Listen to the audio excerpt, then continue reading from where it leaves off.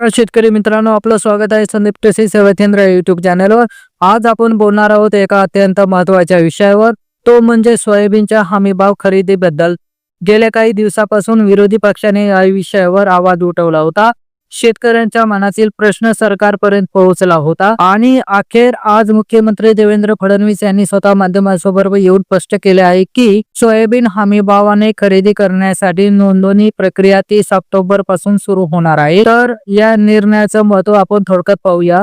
मित्रांनो, आपण कालपासून पाहतो की राज्यभरात सोयाबीनचे दर पडलेले आहेत आणि ठिकाणी शेतकऱ्यांना हमीभावापेक्षा कमी भावाने विक्री करावी लागत आहे. तर या पार्श्वभूमीवर सरकारने घेतलेले हे पाऊल म्हणजे शेतकऱ्यांसाठी एक दिलासा आहे.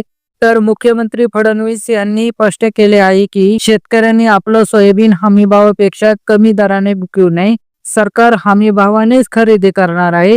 हे ऐकून नक्कीच आनंद वाटतोय, पण खरा प्रश्न आहे, शेतकरी तेवढे वाट पाहू शकतो का? शेतकऱ्यांची सध्याची परिस्थिती याबद्दल आपण थोडक्यात जाणून घेऊ.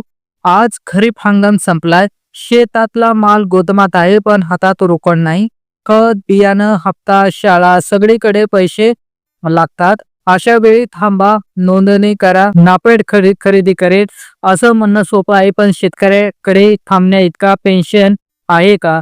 सरकारने जर नुकसानीच्या भरपाईच्या रकमा वेळेवर दिल्या असत्या तर शेतकऱ्यांनी थोडा संयम दाखवून शकला असता, पण सध्या परिस्थिती कठीण आहे.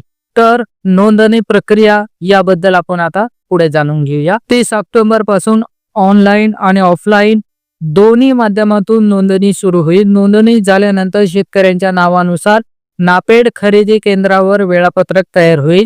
त्यानंतर सोयाबीनची खरेदी सुरू होईल आणि मग तुकारे पेमेंट दिले जातील. पण मित्रांनो, ही प्रक्रिया दीर्घकालीन असते. नोंदणी, तपासणी, खरेदी, पेमेंट या सगळ्यात काही आठवडे जातात. तोपर्यंत शेतकऱ्यांना पैसे कुठून मिळणार हा मोठा प्रश्न आहे.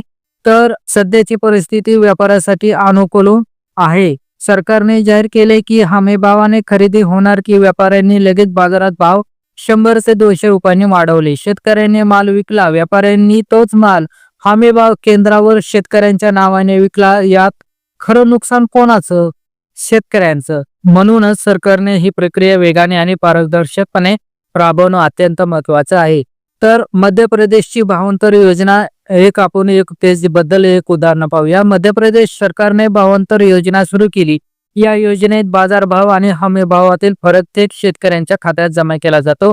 ही योजना महाराष्ट्रातही लागू झाली तर शेतकऱ्यांना तातडीने दिलासा मिळू शकतो. त्यामुळे फक्त खरेदी केंद्रावर अवलंबून राहण्याऐवजी अशी पूरक योजना सुरू करणे गरजेचे आहे. तर मित्रांनो, तुमच्यासाठी सरकारने हमीभाव ठरवला आहे, म्हणून तुमच्या सोयाबीनचा योग्य भाव मिळवण्यासाठी संयम ठेवा.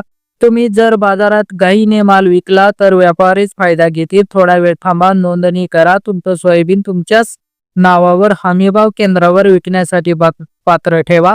जर उद्या सरकारने भावांतर योजना सुरू केली किंवा खरेदीसाठी केंद्र वाढवले तर त्याचा लाभ फक्त नोंदणी केलेल्या शेतकऱ्यांनाच मिळेल.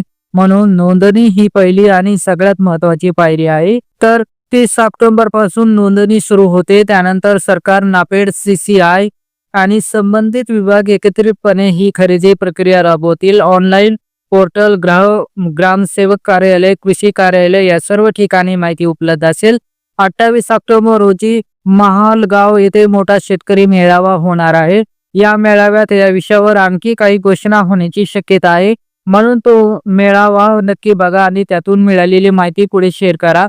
तर मित्रांनो, एकूणात सरकारने घेतलेले हे पाऊल योग्य दिशेने आहे. विरोधी पक्षांनी आवाज उठवला, शेतकऱ्यांनी प्रश्न विचारले आणि अखेर या चर्चेचा परिणाम म्हणून ही प्रक्रिया सुरू होत आहे.